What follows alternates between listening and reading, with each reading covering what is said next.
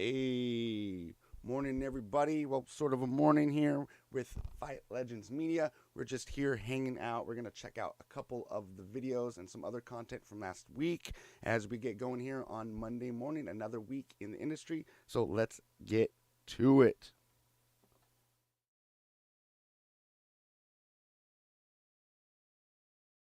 I'm Sean S. Porter here, as always, with Wombat and Disley. How y'all doing?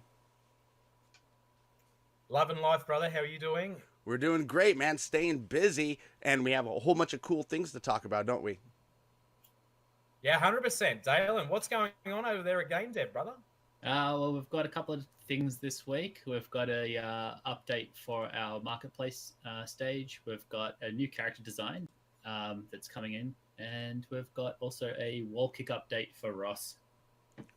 Nice. Fantastic. Well, let's talk about the wall kick update because we just released on our Twitter, actually. We've got a little video where Shawnee, with his GameFi little show, he's done a little video up there hitting the wall kick within the first minute of the video, which is pretty cool. So why don't you tell us a little bit about how that come about, the thinking behind it, the process of actually putting it into the game and the mechanics? Okay, yep. That was actually left over accidentally because I didn't disable it. So that little part wasn't actually supposed to be in there. So that's fine. But no, with the rest of it is actually coming along quite nicely. So we've had to basically figure out ways to detect the edge of the screen and detect the wall, obviously, for when the move actually makes contact.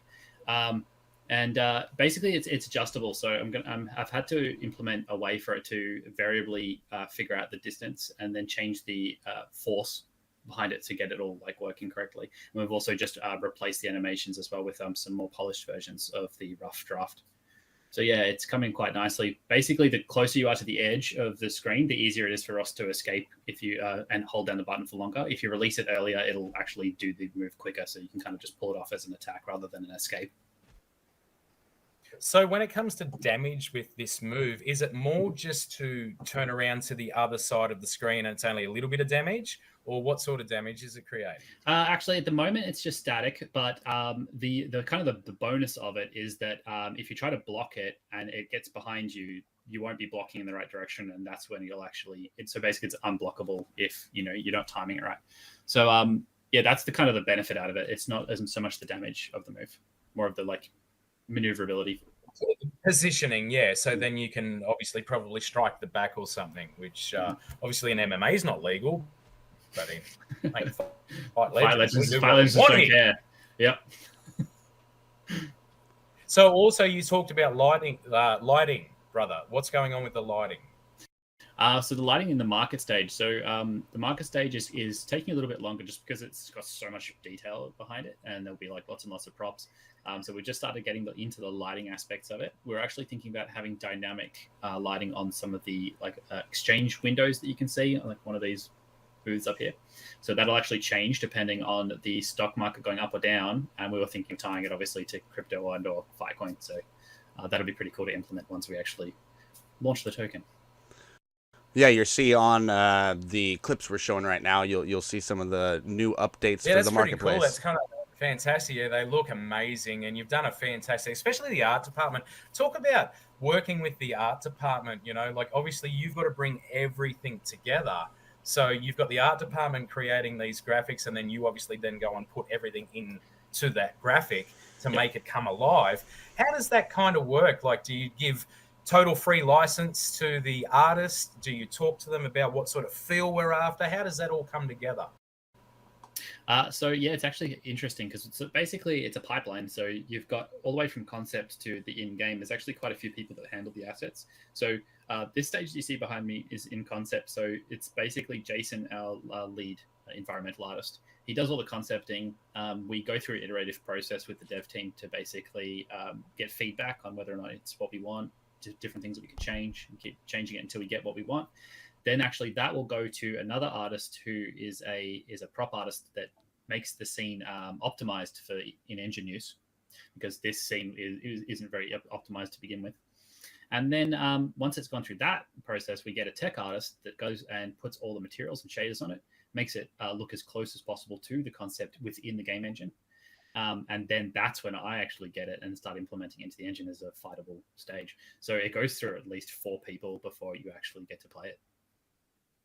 That's crazy. And then sort of like, how does that work in the chain of work? Not command, but just in the chain of work with, are you ticking off every single box as it comes before it even gets to you? How does that work? Yep. Well, with the current size of the team at the moment, yeah, I'm technically the one who's going through and making sure that each process is approved before going into the next process. But once it's a much bigger team that we're going to have up after launch, there'll be an art director who will be looking at all of the process, and the dev sort of manager, which is what I'm currently doing. And it'll actually be approved by multiple people and make sure that it's consistent with the art style. That's great. And I mean, I've got to give you mad props, even though obviously I'm within the project, but the amount that you're creating week to week. Like, I remember Sean was in a Spaces earlier today, and he was talking about how every single time he logs in from his bloodyface.io NFT, so he can demo the game, every single time that he's logging into the game, something new's happening. Something, you're like, hang on a minute, that wasn't in the game last week. Mm-hmm. So, like, for us who are demoing the game, the amount that you're actually doing to the game from week to week, and how much people can actually, with their Bloody Face NFT, demo and see those upgrades, you've done a fantastic job. What about yourself? Like, what do you think within the team? How do you keep that sort of consistency going with, always making sure there are new things for the Bloody Face holders to see every week? Yeah, well, thanks for the praise. It's nice to hear. Basically, I have to constantly keep a process of all the different parts as a project manager. I have to keep actually process a log of all the different parts and all the different things that we're going to be moving towards, and making sure all those little bits and pieces slowly filter through and actually make it towards the game. So, yeah, it's a pretty decent process, and to keep on tabs of it, it's pretty involved. I find myself quite busy all the time. Actually, I really, really, really hope that we get a new developer soon, so that I can sort of help offset the amount of work I'm having to do on both fronts. But yeah, it's been pretty good so far. Awesome. Well, I know we're also working on a new character. Why don't you tell us a little bit about that as we look at some of the concept art? Yep. We've got a 6th character concept design in the works. We're currently considering sort of like a dragon dancer sort of style for it. We basically, our animation director said that he really wanted to work on a rhythmic based timing character. So that basically means that as the character's doing its animations, depending on when you actually activate the next attack, it'll smoothly operate into the next animation. So it's actually, you're pushing the same button, but it's actually changing up the attacks depending on the timing. So it's going to be, we're thinking about using a rope dart sort of aesthetic for the character, so that you can have that swinging kind of, flowing motion. But it'll be really interesting to implement that, because it's going to have a lot of customization when it comes to setting up all the moves so that they loop from move to move. That's amazing. Like, it reminds me of a game. I can't remember the game. You'll probably help me out on this. Mm-hmm. But there used to be a character who was kind of like a drunken master. It might have been Tekken or something like that. Mm-hmm. But he kind of like move around the screen like this. Yeah. And exactly what you're saying. I wish I could remember the character. I used to play him all the time. But I played a few games. But yeah, he was a drunken master. I think that's what you're talking about, isn't it? But not only that, you also want to make the art flow with that, is it? Mm-hmm. That's true. Yeah, that's basically one of the major considerations behind the character. So we've got basically lots of things that can be animated. And just one more question. I mean, I was thinking about it today. Obviously, with the Tekken and Street Fighter, people that we have on board, and it kind of gives it that feel. When you're talking about moves and stuff, at the moment, we don't have any projectiles in the game. Like your Street Fighter 2 had your, all your projectiles. Are we thinking about projectiles or not? And if so, why not? No, we're definitely thinking about projectiles. It's just we're basically saving them for special moves. So, and also the right type of character. So at the moment, we've just got Ross. We've got a couple other characters, but they're mostly characters who do like physical or like sort of grappling attacks or things like that. So we will be implementing them. We're just waiting for the right type of character to properly use it. We don't want to just start throwing projectiles everywhere, and it really depends on the balance of the fighters. To be honest, it's not something you want to throw on every fighter. And speaking of balance, like, how is that going now? I believe we should only be, well, you tell me, a week or two away from the second character demoable within the game. How does that go with balancing? Like, basically, are we going to be using the Bloody Face demo guys as sort of like the crash test dummies on this? Do we have people in-house that are testing this beforehand, trying to balance it out? And, you know, what sort of work in progress is that going to be, especially when the team gets bigger and we have enough people to sort of really focus in on that? How much time and how much, you know, sort of effort is put into that right now? Right now, basically, because we're in such an early development phase, and we don't have our definitive combat director on board yet. We're looking at getting one very soon. But basically, that conceptual idea of balance will actually be more of a chart that we actually work on to figure out where the holes are with our character balance, depending on the archetypes of the characters. And the combat director obviously will be doing the values behind it. Then, yeah, the Bloody Faces will kind of be crash test dummies for it. But at the same time, we'll also have a quality testing team once we get to launch for it to start moving forward with, you know, the main roster of our fighters. Awesome.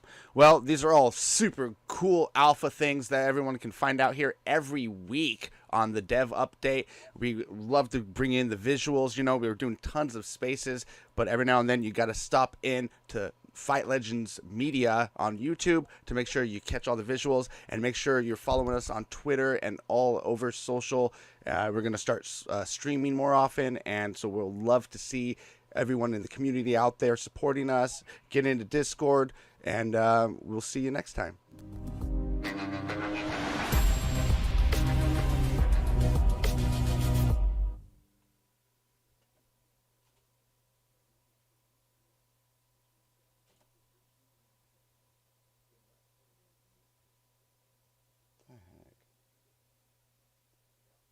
Welcome, everybody.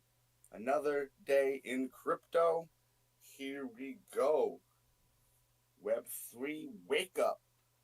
Welcome to Fight Legends GM. I'm Sean S. Porter. Soon we're going to have Wombat and maybe some other people from the team hopping on. And we're just hanging out and starting our day together. Oh, that's bull. That didn't even land. It's like, okay. Oh, and I was blocking. Oh, the count. Okay. Oh, they fixed the damage of the throw. They took that damage down. Dang, that would have finished you. Yeah, just noticing. I'm like, wow, the damage is not doing something. Yeah, it used to be. That would take that whole last quarter.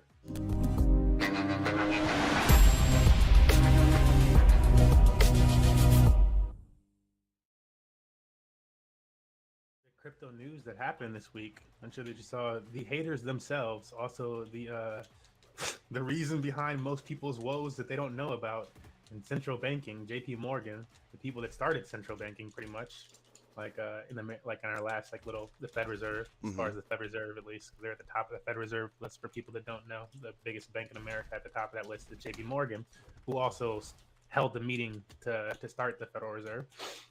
But you know, what was it, like 4 years ago? They said that anybody at JP Morgan that was holding Bitcoin would be fired. Yep. They let them know and stuff like that. And today, JP Morgan is the first bank into the metaverse. Hey, well, funny how that works, huh? Yeah, right. You make sure that everybody in a financial situation does not follow, you know, can't do this and that, and blah, blah, blah, blah, blah. And then you make sure that you're first. Absolutely.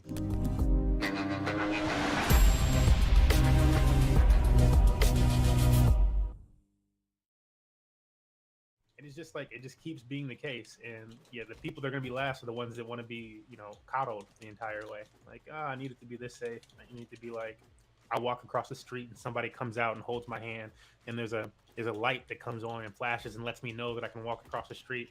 Well, like, if you did that before you got a car. True. I like that. It's It's like, nah, fam. Like, you're gonna be way too far behind. You could have made all the money in the world from having the first version of a car.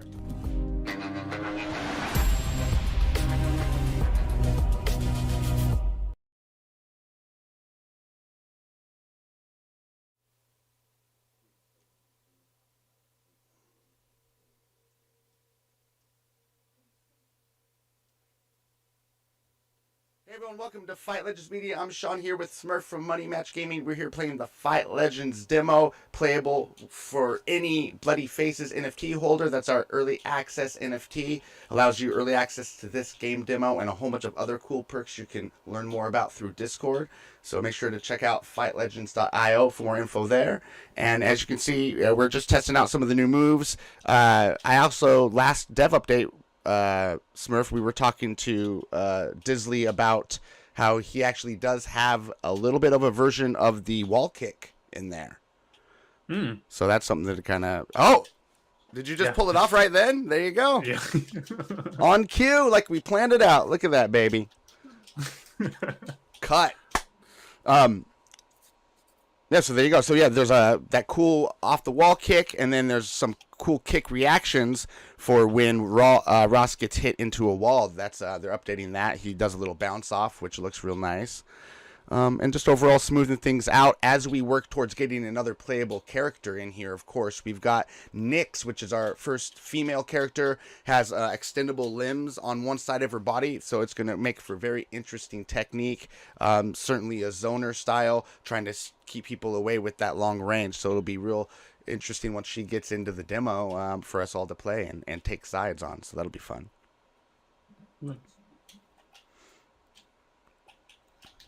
Yeah, The patented switch throw. We've been hitting that a lot, practicing that. There's going to be several others moves of different kinds, from kicks to just aerial jumps that will allow us to switch from one side to the other, which is huge, especially for certain players on the team.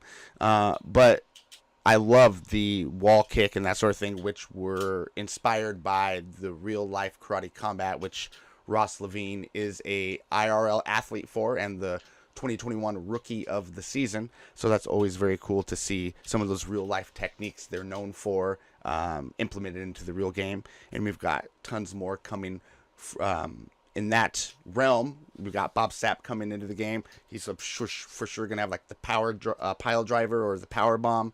We've got Shannon Briggs coming in with his cannon punches, maybe to the body. Who knows? All kinds of cool things, all kinds of cool alpha coming soon as far as the character development goes. Yeah, but again, Nyx is our first female character, not based on an IRL athlete, but it's going to be a very cool zoner style, and we look forward to having her in there. And if you catch our dev updates, you're seeing those updated the concept art all the way to the early animations, and they're looking great. So definitely looking forward to that. Yeah. I feel like things just are ever changing, constantly progressing with the game. So it's absolutely. Nice to see that. Yeah. And we just dropped a video you can check out on YouTube, especially if you're seeing this, it's already up and going, that there's a hidden little gem in there for a huge project we're working on, looking to drop very soon. We're looking to get everyone in the community involved and really get the Fight Legends name out there. So definitely search for that. And, again, like and subscribe on YouTube. Follow us on Twitter. Make sure you're in our Discord, and you're for sure going to catch wind of all the big news coming up. Awesome. Yeah. Big additions to the team coming. Yeah, exactly. I know you're in there. Yeah, always following the tweets. Yeah. Trying to catch any information I want. I like to be earlier games and stuff like that. I'm usually, if I don't get to play a game day one when it comes out in the blockchain space, I'm still paying attention to it. I'm like right on it, and just like, okay, when works best for me. But I love to be early, end up on things. There's just so much happening all the time. Yeah. Well, that's the name of the game when it comes to not just enjoying the industry, but actually, since we're so very early still, investing in the industry and making sure you get the most out of it, especially before the U.S. starts clamping down. Oh my goodness. Yeah. I was just seeing I don't even know. I feel like this next upcoming clamp down thing, like the executive order Biden says he's gonna do, is gonna be well, we knew like I think it was like the FBI or something like that, or whatever branch got like supposed to be working on cryptocurrency cases and stuff like that, like last time around. But I feel like this next one, partially my feelings like this are coming partially from like crypto.com recently released some stuff where they said that, and like other companies have been doing similar takes, but they said that if you are in certain jurisdictions and you have like a loan out with them, because I guess they allow loans and stuff like that, then they wanted you to try to pay that loan by March 15th, which I believe is like, I can't remember if the Biden executive order is on like the 16th or the 15th. I think it might be the 15th. Okay. But that like coincides like pretty accurately with this executive order. And I know for the longest, loans and like the, lending has been taken an eye from the government. The government's been having an eye on loaning and lending and stuff like that in cryptocurrency and DeFi, which is wild because it's like one of the most successful areas that has like the least issues. That's true. Like there's like really like not a lot of like like things like Aave and stuff like that. Once they're up and go, they just like we've had the other DeFi applications that are like rug pull or this and that and whatever the fuck. But that's like an area that doesn't really seem to be bothered very much. Like it's like kind of exists and it's doing great. But I'm also not surprised that like what are banks worried about? I was gonna say it's more that sounds dangerous to the banks, not to consumers, where they are hitting exchanges, which are probably the biggest potential consumer pitfall. For people that are come into it, ape into the industry without knowing too much. So I think not that what they're doing is going to be at all helpful. That remains to be seen, and I'm pessimistic, but we'll see. Yeah, which you just said there. They're also working on something in that regard, where there's also the government's pushing out crypto education is coming up. Yep. So I just read something where they're like also working on pushing out a lot of crypto education and informing people more so about cryptocurrency investing, more so on the side of like how not to get yourself wrecked, I guess. But that's really important. I feel like most people, like when you jump into crypto, it's like, yes, I see the numbers and stuff like that. But then like, a lot of people are like also really skeptical and like slow to move. And it's because you don't want to get wrecked. And like, yes, that's really important. And that keeps a lot of people away because they hear the horror stories. But just the fact that the government's taking an eye on that and they're moving toward that. I'm like, you should have been doing that years ago. We just had like I just read something else where Kathy Wood from ARK Invest like was saying, like we just had like the biggest biggest historical misallocation of funds where people are losing all this money left and right and stuff like that. And at a crazy time, because, not just the United States economy, but like the world's economies are like, struggling and people are misallocating funds. You got stuff where people are coming through and they're talking about like, like I see the Money Match Gaming's Discord, but then recently we had somebody stay at my house and this guy's got like, he's got like a place in New York. He's got a place in upstate New York. He's got a place in Italy. He's got all these things, and I was like, "Oh, you have any cryptocurrency and stuff like that?" Because he saw I was making money with crypto, and he's like, I was like, "Oh, I have some Dogecoin, some SHIB, some this and that." I'm like, "Okay, well, what about Bitcoin and Ethereum, bro?" And he's like, "Oh, I have a little bit of Bitcoin. I have no Ethereum." I'm like, "You bought Dogecoin and SHIB before you bought Bitcoin and Ethereum. That's a misallocation on like the highest level. Like you should get the bread and butters, like like especially Bitcoin." But like I'm like he had a little there, but like that's just wild to me. And he's not the only place where I see that type of statement from. Throughout the Money Match Gaming Discord, whenever we have people that come through and they're like asking me questions about stuff, they're like, "Yeah, I have some Doge." I'm like, "All right, well maybe you should like, like I can't give you financial advice, but like move that, or even if you want to hold that Doge, you can put it into DeFi and be earning something off of your Dogecoin daily." Yeah, like, for well, sure. I have to sell it on Robinhood first. And I'm like, that's not Dogecoin then. That's an IOU. What? Yeah. Jeez. But that's like the type of misinformation that people have about stuff. But they're like, "No, I have crypto though," and it's like, "No, you don't. You have an IOU from somebody, Right? And you can never obtain that." Yeah. What is it, like 60 to 80% of your portfolio in Ethereum and Bitcoin is what a lot of people, I would say, that's the range people suggest. Yep. Yeah. I feel like oftentimes that's it. And like usually when people say riskier assets or investments, it's usually like 1 or 2% into something risky, like riskier. Then like, okay, but like don't do any more than that. I'm like, but most people, my age or younger, are like Doge, and I'm like, that's It happens. learn about it, economics. Yeah. Yeah, I mean, we're talking to athletes all the time as part of the project, and that's one of the ones they know. It's out there. They've done a good job at branding and marketing. So, absolutely. Yep. Memes in the internet, Yeah. fun times. Yeah, I was just thinking I need to start doing some spaces of my own. Like probably not like I'll mention Money Match Gaming and stuff like that in them some if people can come through. Mm-hmm. But just something where I know before you were popping in when I would do like little morning segments on like D Live, and Oh, I would sure. just cover like my version of Around the Blockchain. Mm-hmm. Just like I don't really have any guests or anything like that, but I'm going through different. It was more like to me, it was more like blockchain news. Because I would cover little segments and talk about the economy and actual economics of different like types and different blockchain Yeah. projects and gaming projects and all this different stuff, and then get different content creators ask opinions on it as well by watching their content instead of it just being from my lens. But I want to do something similar to that where I do it on Spaces though, and kind of I've been noticing it was like Altcoin Daily. I'm sure have you heard of them? Oh yeah. Yeah, and like I'm sure you've heard of Altcoin Daily. They're pretty big in the space. Yep. But they had a tweet the other day where they're like, they asked people something about like cryptocurrency and like how they felt about the market or whatever. I forget the specifics of the tweet. But most people sentiment that came through all in comments and stuff like that were like they just didn't really seem to understand cryptocurrency. Right. And like they which was just like wild. Like it seemed like most of the people that commented on the post were like, yeah, I use Coinbase.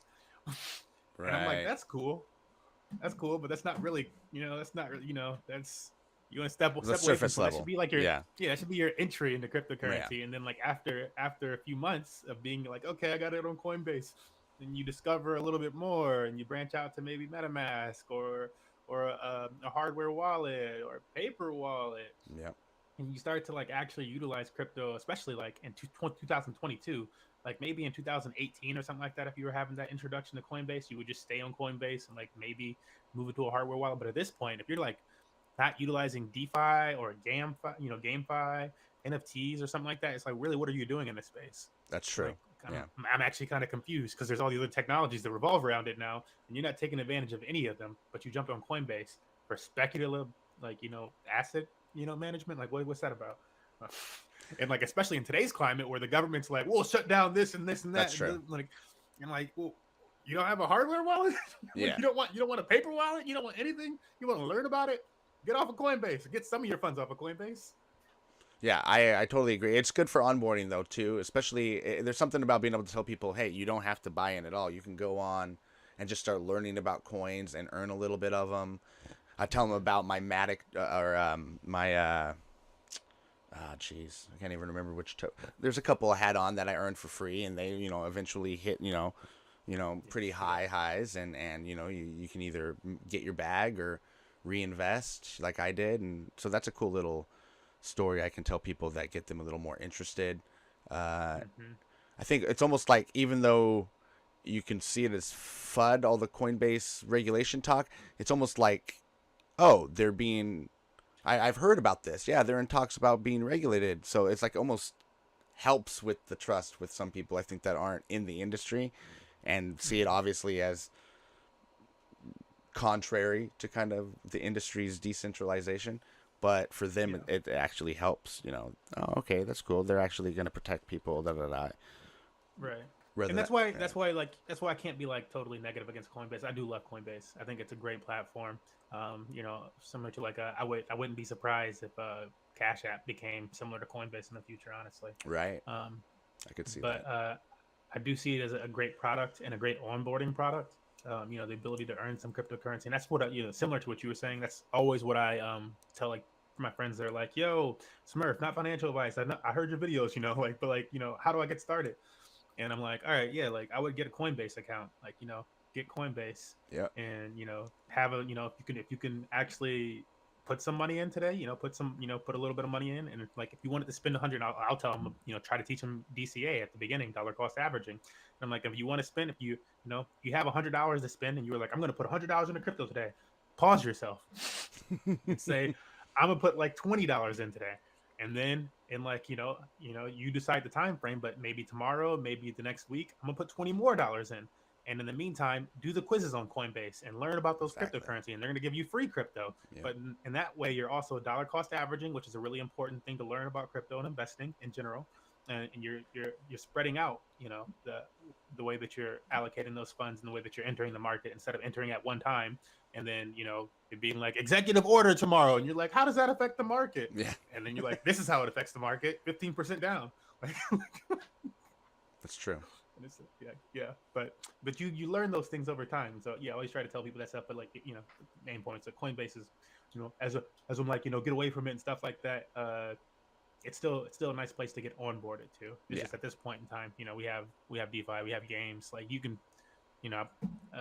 for our Money Match Gaming people, I'm like, yeah, find a blockchain game that you like and start playing it, and play it like religiously, so that you can start earning something, and then like write about your experience on Hive blog, and like that's how you, like, if you never spend anything, you do Coinbase in the tutorials, and you write about your experiences on the Hive blog.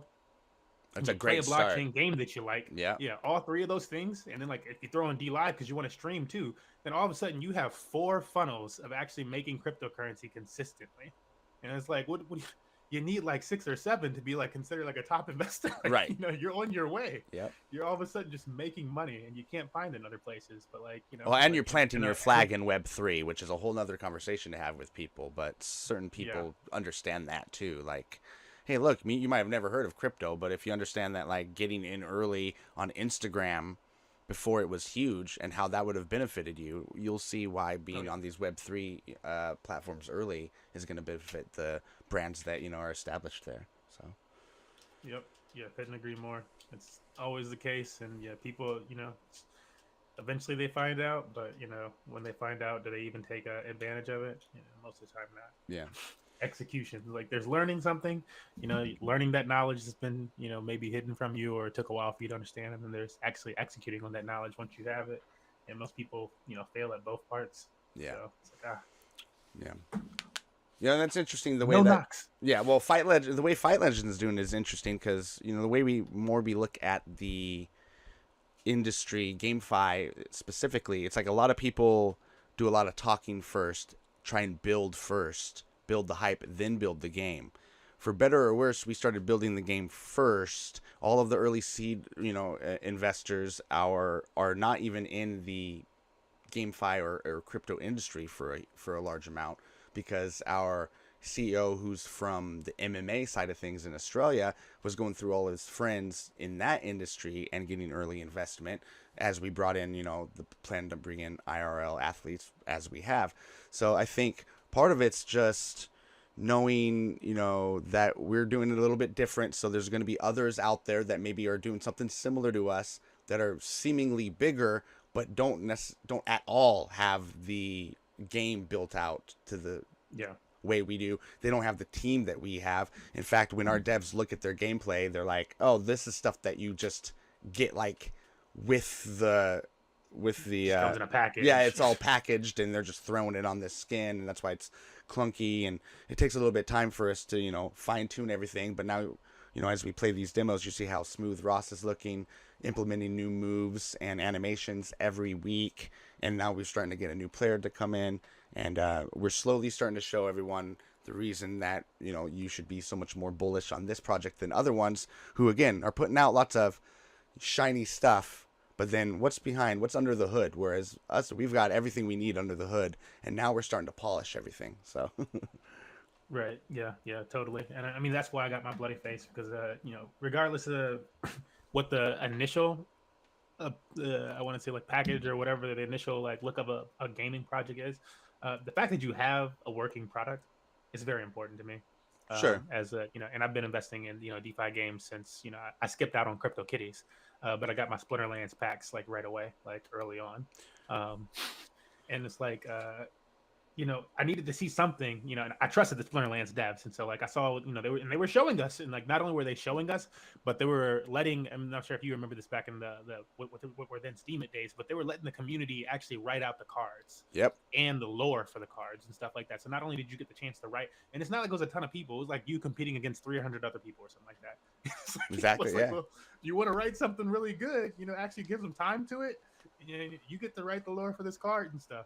And that was really awesome. The people could not only help design, but like write it out and stuff. But that was their way, and then then you were earning something from it. And so like that was back like 4 or 5 years ago now or something. Yeah. But that was before any other games had these earning opportunities to them and stuff like that. So the fact that this community was around and this game was around, where they were trying to give people that earnings factor back, because they knew that like yes, while we're having you buy these things. And I had already trusted the developers because I had like a working personal relationship with them, being somebody who coded early on Hive, and like they were helping me with things. But like it's just obvious that they had the right type of intent and that they were working on putting that product out. And as they slowly rolled that out, they would let you see it in each form, not hold it like some companies will like like especially in AAA games, we gotta wait another year before you get to see anything. And I'm like, no, bro. I'm not trying to have that, and like, not when you're investing in it. And like in AAA gaming, you don't really invest in the earlier parts of things like that. They have their own investors and stuff.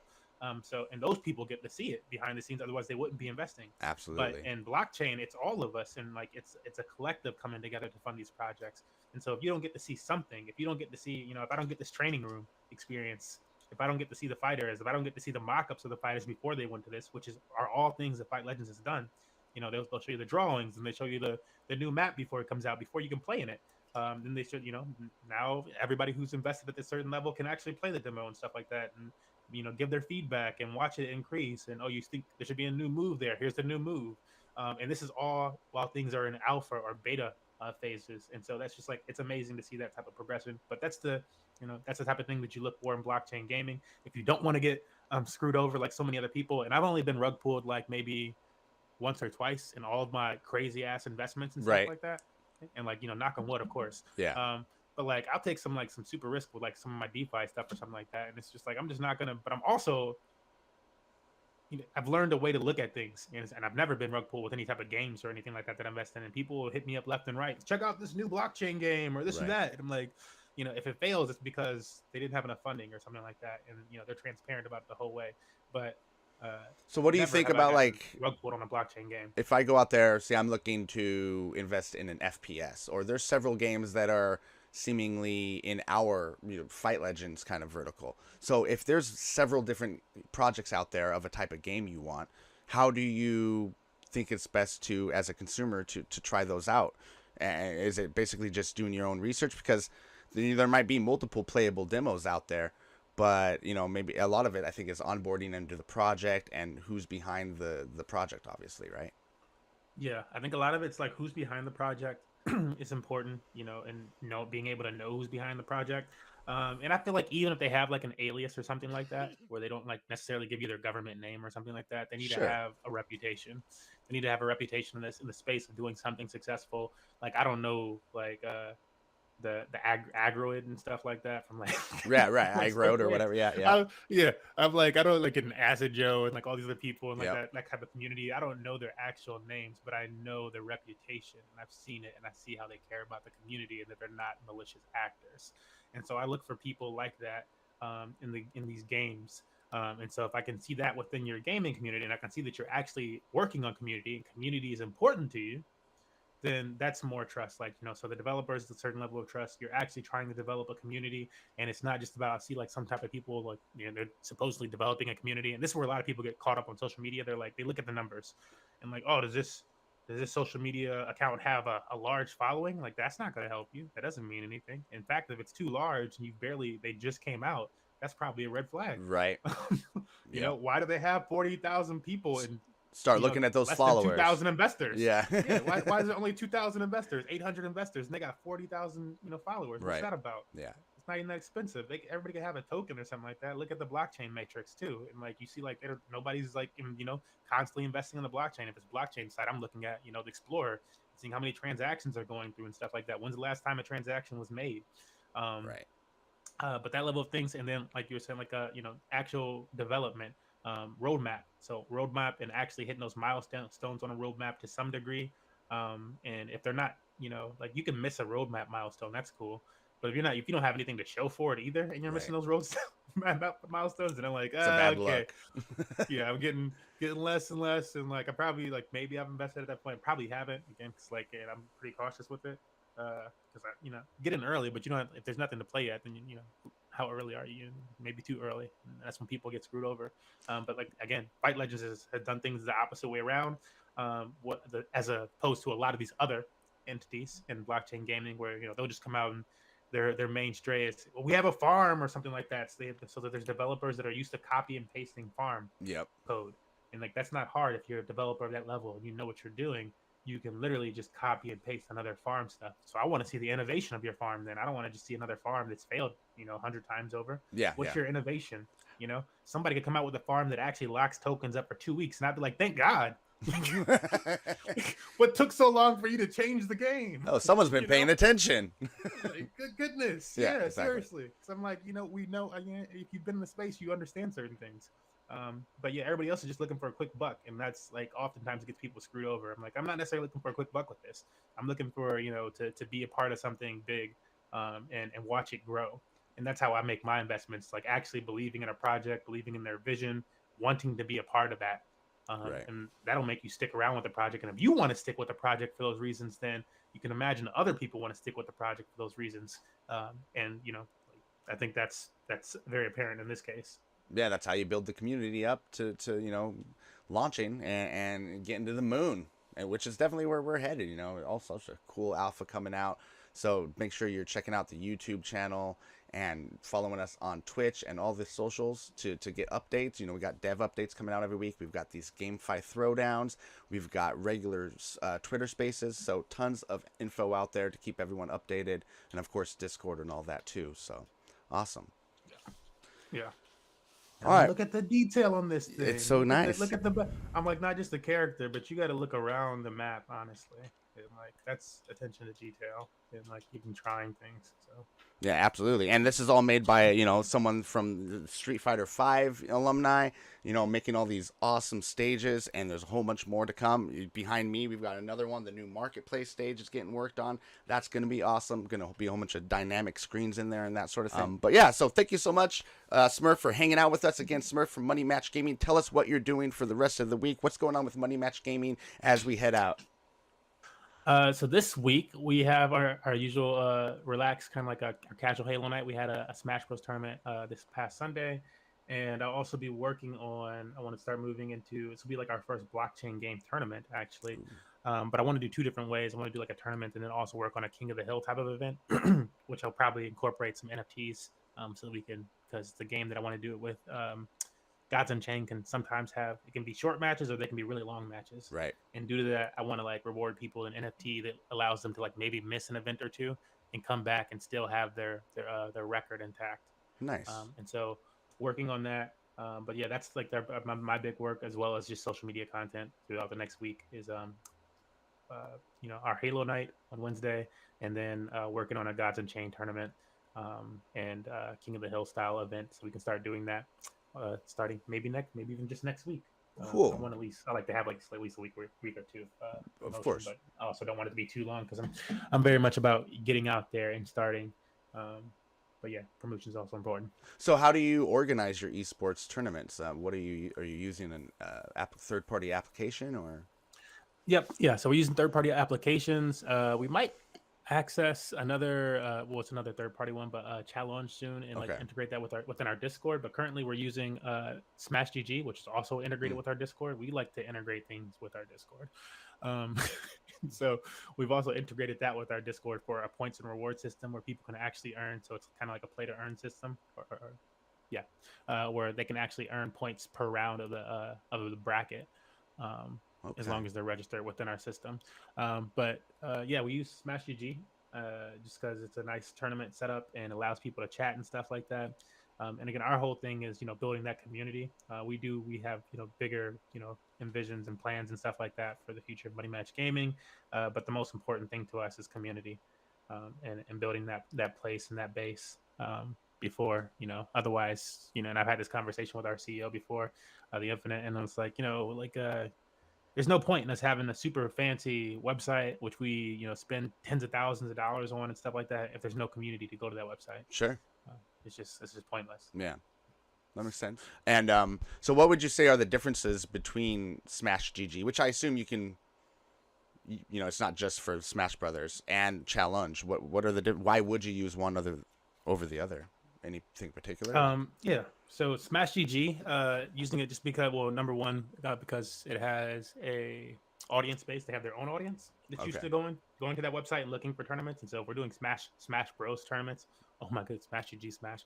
Right. But no, if we're doing Smash Bros tournaments, it's very apparent that there's an audience of Smash Bros players that are used to going to that website and searching for events. And so that's one reason we use it. But other than that, it's also just a very polished website. Okay. Where the funnel, the process of going into signing up for an event, adding things like, and these are things the challenge doesn't have, like, okay, well, you signed up for this event. To totally sign up for the tournament, you need to also follow us on Twitch. Otherwise, you don't get access to the tournament. You can set that as a requirement or not. And that's on Smash Toggle it on or GG. off. On Smash GG. Okay. Yeah. Okay. Or you can, other things. So you can have multiple things that they have to do. Like, so it could be that. It could be they also need to follow you on Twitter. It could be they also need to have you on Discord. And most of the time, we just make people actually join our Discord for communication purposes, really. Like, Right. like, yes, it's nice that they're joining our Discord, but also so we can communicate with you consistent. Like, if we need to ping you or something like that, we don't have to go find what match you're in. They have a lovely display board of all the matches, and you can see all the matches that are actually happening at a time. You set all these different timers and stuff like that. Okay. These disqualification timers, round timers, so how long a round should be going. Just different ways of breaking down your bracket. You can do just straight up matchmaking systems within Smash GG. So sometimes we'll just have like a ladder matchmaking night. You can have your own matchmaking system run through Smash GG. Right. And that can just run 24/7 if you want it to run 24/7, or you can put it on a time limit. And as an admin, you can toggle it on and toggle it off. And since Smash GG is also integrated with our Discord, we can have matchmaking systems. We already have matchmaking of our own type in our Discord, which we've just created. Mm-hmm. But using Smash GG, then we can also do a matchmaking event, and every match that people win, they also earn our points and rewards tickets. And so like it's like a cheaper way of them, because like otherwise our tickets our matchmaking system for tickets is kind of like I put up my tickets and you put up your tickets, and so it can get more expensive for players. Okay. To do a bunch of matches, but in Right. this sense, they have to do like a one-time entry fee, and then they can have a bunch of matches and matchmaking. Oh. And is it like, so you would members of your community would go to Smash GG and just sign up for whatever tournament, like the coming tournament that's at the top of the hour, sort of thing? Yep. Okay, those are cool. So I know it's like Splinterlands is one of the ones I know that does that, something similar with like just regular tournaments you can enter, and I think their level, obviously there's going to be matchmaking there, like you said, so that I'm not getting blown out of the water by someone that's super good, like someone from Dev or something like that. So that's cool. Yeah, obviously when we're talking about what Money Match Gaming does, I always have Fight Legends in the back of my mind and how we can implement that kind of stuff, or even work with Money Match Gaming in the future. Of course, that's something that's always on both of our plates potentially in the future there as we move forward with our businesses. So yeah, absolutely. Thanks again for joining us, Smurf, and make sure everyone to check out Money Match Gaming there on Twitter, follow them, and get involved. And we'll see you next time. All right. Yeah. All right, Thanks for bye. having me. Yep.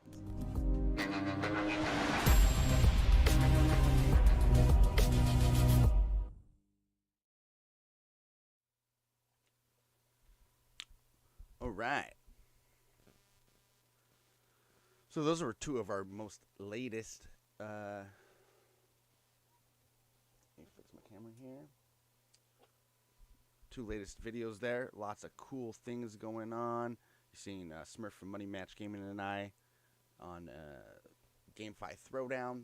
Those are taped every Tuesday. Working to get those going live. Then we have dev updates every Thursday with Disley and Wombat, and those are also going to be going live, I hope, here soon.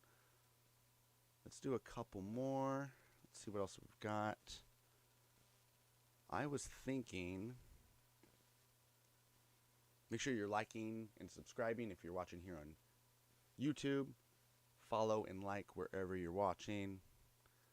Feel free to comment. Let us know how you're doing, what you got planned for the week. Let's go to, we've got dev update clips. We've got a recent Web3 replays. This can all be found on YouTube. Well, we just watched the GameFi Throwdown. go into dev update clips. And then the other thing you guys are working on is the hit reactions just in general. Right now we're going to show you a power kick hit reaction, but we also have some other ones from that Ross is well, they're all Ross, but some more hit reactions that you're baking in and working on. So tell us a little bit more about that. Yep. So there's going to be, we're basically making a whole bunch of tweaks to the hit reactions because they're a bit powerful at the moment. We want to dial them down a bit. So only use those really strong ones for when, big attacks happen. Mm-hmm. But the one you'll be seeing on the screen at the moment is a power kick reaction. So this is a custom reaction to one of Ross's really strong power kick moves. Throws Ross right back. And if he hits a wall, it'll actually have a special bounce that happens off of that wall. So it makes it a bit more interactive with the environment. Awesome, yeah. And from what I've heard, we're going to have some moves that go off of the wall, too. Can you tell us a little bit about that, if we're able to? I'm very excited about this move. Yep.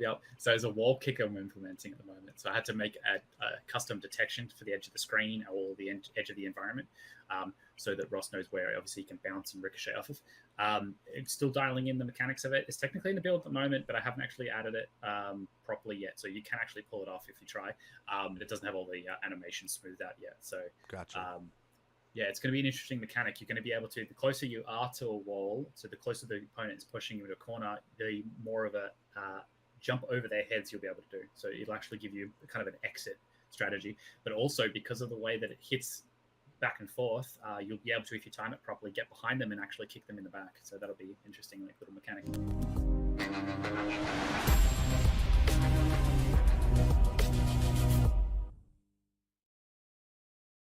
First up, we got a marketplace stage we've been working on, which is very exciting, part of the Bloody Faces, early access. So tell us a little bit more about that.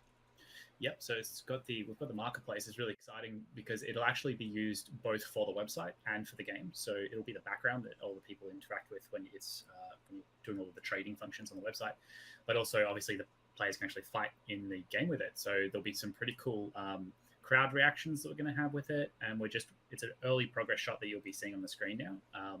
And so we haven't done lighting yet. We haven't really added much of the props or the environment and stuff like that to it. Awesome. Well, seeing Ross in there really gives you an idea of how it's going to be. And what kind of props are you having other than your basic? Are you going to have anything cool in there? Can we give a little sneak peek into that at all? Yeah. So the aesthetic we kind of want to go with is sort of like that Asian street market kind of feel. So there's going to be a lot of food vendors. There's going to be a lot of clutter. It's going to be a lot of sort of open, and it's going to be really heavy with the sort of atmospheric feel to it. So we're also going to be playing around with the lighting aspects of it. So potentially it might be at nighttime, a little bit less crowded when you play it sometimes, and sometimes it's going to be daytime when it's going to be more hustle and bustle. Well, that'll be awesome. That's very cool.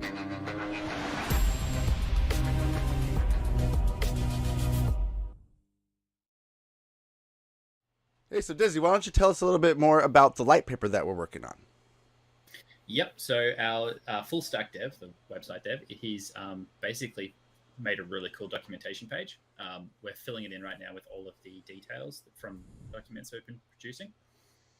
It's going to go into detail and cover up all of the sort of questions that people would typically have. It's basically an overview of the project. It'll go through everything like NFTs, crypto, why we chose Polygon, for example, why that's a good network to go to, things like how the players will interact with the items in the game. Awesome. Nice. And so would you say this is kind of like the spine to it? This is kind of like the spine that you will keep adding to? Yeah, definitely. Yeah, right. Basically, the design document we're building, we're taking that directly out of that design document and then wording it into a way that it's a little bit more easy for people to read, because the design document is very data input heavy.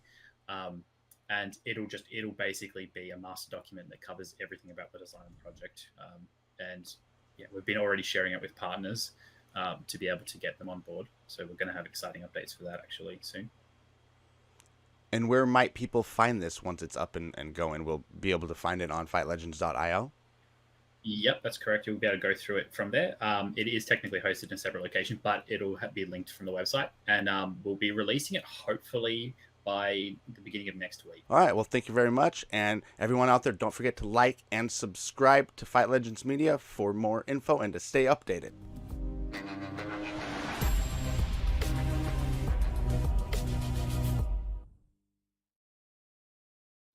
be able to play it. And when you're talking about the aerial and when they're coming down, I mean, for me, a game that comes straight to mind is Killer Instinct, especially with, you know, keeping your combos going as that falls down. Yep. A couple of things, I guess, that I've never asked before. I'm not sure if you even know the answer yet, but like, is there a limit to the hit on the combos? You know, for argument's sake, Killer Instinct, you can go on YouTube and you can find 152 hit combos, you know, it's you know, on TJ Combo or whatever it is. But also with his uppercut, it obviously sends him into the air. As they're coming down, he can then still uppercut them back up into the air, etc., etc. So when it comes to the game mechanics of things like that, are you just worried about the drop and the drop they can't keep the combo extended, and that obviously gives them, you know, possibly more life off because of that hit and they can't extend it, or can they keep extending the combo? Yeah, it's a good point. So there are certain limits, and we're going to dial these in, obviously, so they're not really like, you know, defined yet, but there's a basically a built-in system that allows combos to have diminishing returns on stun, so it gets harder to continue keeping combos going. You can still do it, but the player will have basically you'll lose the frame advantage, and then they'll be able to start blocking it. And so there's that actually built into it. We can actually play around with those settings, and we will be, but that'll be something more when we get the combat director on board, and they'll be really fine-tuning that kind of thing to make it really good.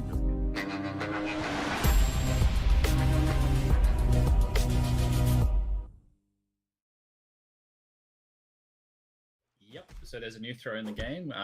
Ross, we've just redone some of the animations and we've cleaned it up. There's still a little bit of inconsistency with it, so we're going to be playing around with it. But it is a switch throw. So when you grab the opponent, throw them over, and it'll actually keep you. You'll end up being reversed. So which is fantastic for me because I'm terrible on one side. I won't tell you which one. You'll have to play me to work out which one. But I am terrible on one side, so know that hey, Will, I've got a switch throw now. Come at me.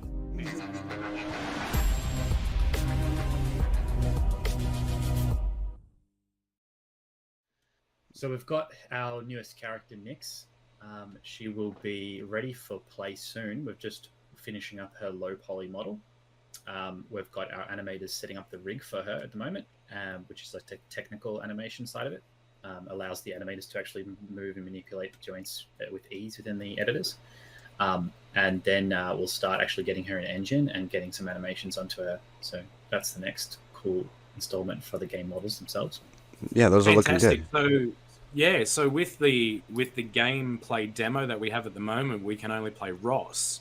So Correct. what you're saying is pretty soon we may be able to play Nyx as well. Yeah, so the next character actually that will probably be playable will be Bob Sapp. We're going to be actually turning one of the other characters that we had and morphing it into Bob Sapp. And he's already probably rigged, so his animations will be able to be easily made quicker than Nyx, and then Nyx will probably come third. But we're trying to kind of do them sequentially a little bit at the same time so we can try and get them both in the game and playable as fast as possible.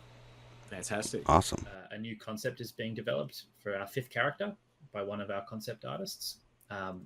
He's trialing out character design. He's a good artist, but character design isn't exactly his forte. So he's going to start up, and we've got a couple of things that we can show people on the video for that.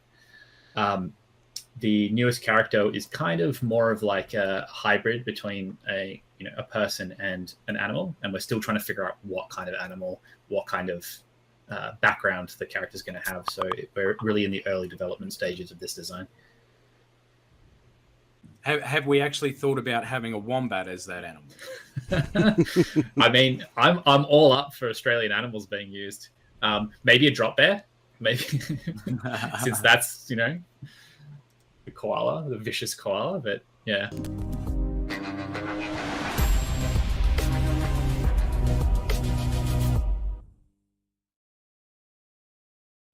Hey everyone, this is Sean with Fight Legends Media. I'm here with Dizzy and Wombat, and we're checking out the new website. Let's go through it.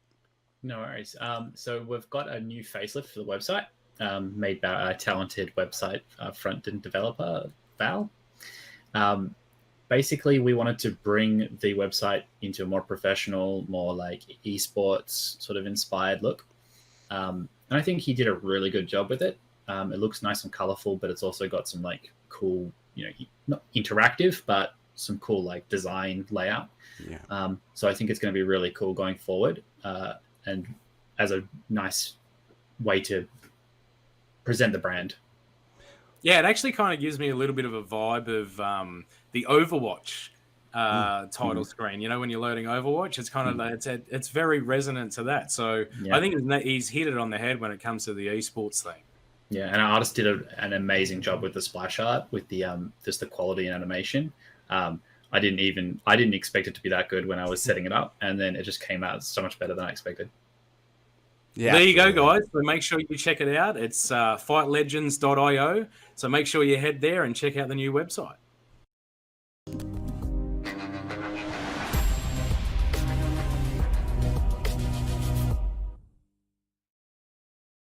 And for all of our Bloody Faces holders, I mean, there are going to be some early access things, aren't there? And I believe that you've actually got some things to roll out, mate. Yep, we've got a sneak peek for our Bloody Face holders. If you want to see the full release, you'll have to go onto Discord and get a Bloody Face to be able to see the entire stage. But on our socials, we're going to be sneak peeking some of the scenes. It's basically a VIP special secret society lounge just for our special members. So, can we talk about any of the utility that? So, basically, inside this stage, there'll be special vendors, and there'll be also a couple of different unique interactables. Like we're going to have like arcade machines that you can play games on, things like that. Nice. But mostly, it'll be for actually a stage that you can choose to fight in, but only if you've got a Bloody Face, and special cosmetic items that you can buy through these vendors that'll be like a black market sort of shady deal. Nice. And if you actually have a look through our history of our videos, maybe I'll point over here and our editor will put in a little drop. If you want to see all of our news about Bloody Faces and that, go and check that link over there and you can find out everything about it.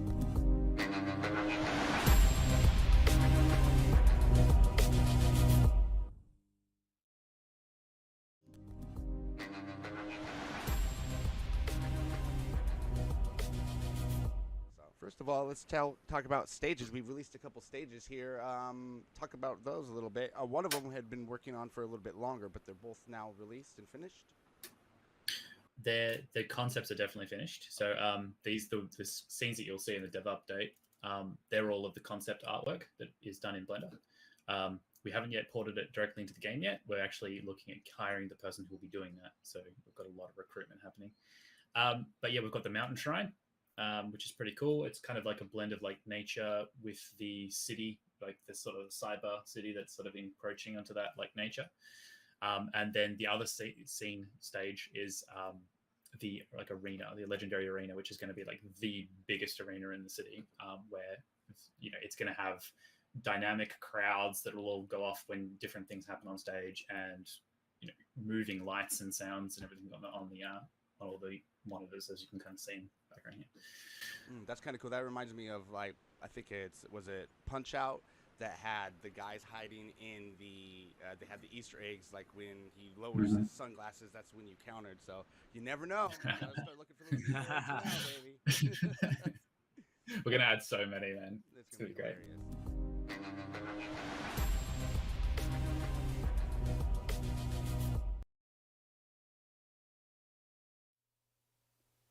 All right, I think that was the last of that playlist. That's good. You could really tell how much better we've gotten as far as the looks go, professional-wise. That last one was our first, and it we definitely only got better since then. Thank you, everyone, for checking this out.